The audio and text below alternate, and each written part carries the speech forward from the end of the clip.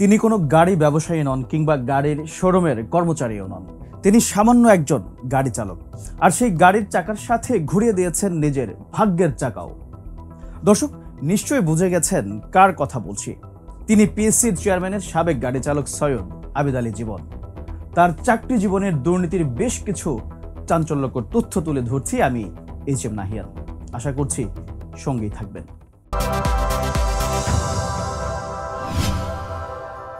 সাবেক পুলিশ প্রধান বেনজির আহমেদের অবৈধ সম্পদ কাণ্ডের পর সারা দেশে আলোড়ন তুলেছে মতিউরের উচ্চ বংশীয় এক ছাগল। এবার সেই ছাগল কাণ্ডের পর সারা দেশে সমালোচনার ঝড় তুলেছে পিএসসির সাবেক এক গাড়ি চালক। যেন উচ্চ বংশীয় ছাগলের মতো তিনিও একজন উচ্চ বংশীয় গাড়ি চালক। গাড়ির স্টিয়ারিং ধরে কিভাবে টাকা ও সম্পদের পাহাড় বানিয়েছেন আবিদ আলী, সেই প্রশ্নই এখন সবার মনে। গাড়ি চালক হয়ে পিএসসিতে ঢোকার পরে সেই গাড়ির চাবির সাথে আবিদ আলী হাতে পেয়েছিলেন আলাদিনের চেরাগেরও একটি চাবি, যে চাবি দিয়ে খুলেছেন ভাগ্যের চাকা। যেন চেরাগের দৈত্যের ইশারায় যুক্ত হন প্রশ্ন ফাঁস চক্রের সঙ্গে, আর বছরের পর বছর ধরে বিসিএস পরীক্ষা সহ বিভিন্ন চাকরির নিয়োগ পরীক্ষার প্রশ্ন ফাঁস করে হাতিয়ে নেন শত কোটি টাকা। এরপরেই ফাঁস হয়ে যায় তার প্রশ্ন ফাঁস কেলেঙ্কারির চাঞ্চল্যকর তথ্য। এরপরই পিএসসির পরীক্ষার প্রশ্ন ফাঁসের অভিযোগে আবিদ আলী ও তার ছেলেসহ 17 জনকে গ্রেপ্তার করেছেন সিআইডি। কিন্তু চক্রের এই মানুষটি গ্রামের সাধারণ মানুষের কাছে ছিলেন একজন দরবেশ। লেবাস এবং পোশাক আশাকে তিনি ছিলেন একজন খাঁটি ইমানদার। জল, স্থল কিংবা আকাশপথ যেখানে নামাজের সময় হতো সেখানে বেঁধে ফেলতেন নামাজের নিয়ত। আর এমনই কিছু ছবি সামাজিক মাধ্যমে ঘুরপাক খাচ্ছে দুদিন ধরে। ছবি দেখে মনে হতেই পারে নামাজের ছবি তোলার জন্য হয়তো কোনো একজন ফটোগ্রাফার সঙ্গে রেখেছিলেন। এলাকায় দান খয়রাত করতেন 2 হাত ভরে। অবৈধ টাকায় বাড়ির পাশে তৈরি করেছেন মসজিদ। মানবিকতার আড়ালে তিনি যা করেন তা রীতিমতো পরিকল্পিত ভণ্ডামি। যদিও গণমাধ্যমকে দেয়া এক সাক্ষাৎকারে আবিদ আলী বলেন, প্রশ্ন ফাঁসে যত টাকা কামাই করেছি সব আল্লাহর রাস্তায় খরচ করেছি।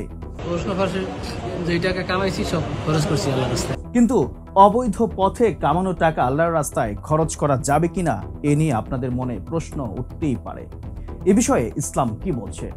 ইবনে মাসউদ রাদিয়াল্লাহু তাআলা আনহু বলেন, বান্দা হারাম পথে উপার্জন করবে, এরপর তা থেকে আল্লাহর পথে খরচ করবে এবং তাতে বরকত দেয়া হবে, এমন ধারণা অমূলক। বরং ওই ব্যক্তি মৃত্যুর পর সেই সম্পদ রেখে গেলে তা থেকে আরো বেশি জাহান্নামের দিকে তাকে নিয়ে যাবে।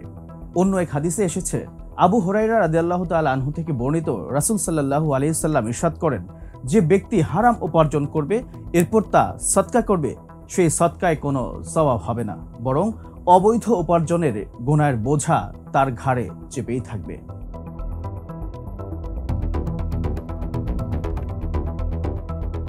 তবে আলাদিনের চেরাগ নিয়ে আবিদ আলী নিজেই ক্ষান্ত হননি। সেই চেরাগ তুলে দিয়েছেন তার ছেলের হাতেও। সেই চেরাগের কল্যাণে আলোকিত হয়েছেন ছেলে সৈয়দ সোহানুর রহমান সিয়ামু। তাই তো বাবা চালান গাড়ি আর ছেলে চড়েন কোটি টাকা দামের বিলাসবহুল গাড়িতে। সিয়াম শুধু একটি গাড়ি নয়, একাধিক দামি গাড়ি ব্যবহার করেন। পড়েছেনও ভারতে। তারপর দেশের একটি ব্যয়বহুল বেসরকারি বিশ্ববিদ্যালয়ে পড়াশোনা করেন। তিনি মাদারীপুরের ডাসা উপজেলা ছাত্রলীগের পদে রয়েছেন, যা নিয়ে এখন তোলপাড়।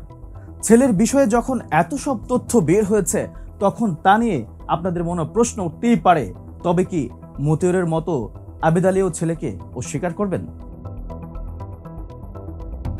কুলি থেকে হয়েছেন পিএসসির চেয়ারম্যানের গাড়ি চালক। প্রশ্ন ফাঁসের টাকায় বিলাসী জীবন যাপনের পাশাপাশি গড়েছেন একের পর এক সম্পদ। রয়েছে শত কোটি টাকার দামি বাড়ি, গাড়ি, প্লট, ফ্ল্যাট, এমনকি তৈরি করেছেন রিয়েল এস্টেট অ্যান্ড বিল্ডার্স কোম্পানিও। এখন নিজেকে পরিচয় দেন প্রতিষ্ঠিত ব্যবসায়ী হিসেবে। গত কোরবানির ঈদে দামি গাড়িতে চড়ে 100 জনকে দিয়েছেন গরুর মাংস। সেই ভিডিও শেয়ার করেন নিজের ফেসবুকে। যাই হোক, প্রশ্ন ফাঁসের অভিযোগে সৈয়দ আবিদ আলী ও তার ছেলে সিয়াম সহ গ্রেপ্তার হওয়া 17 জনই কি এর সাথে জড়িত, নাকি এর নেপথ্যে রাঘব বোয়ালরাও জড়িত? সেই উত্তরের অপেক্ষায় আমরাও। দর্শক, এতক্ষণ সঙ্গে থাকার জন্য ধন্যবাদ।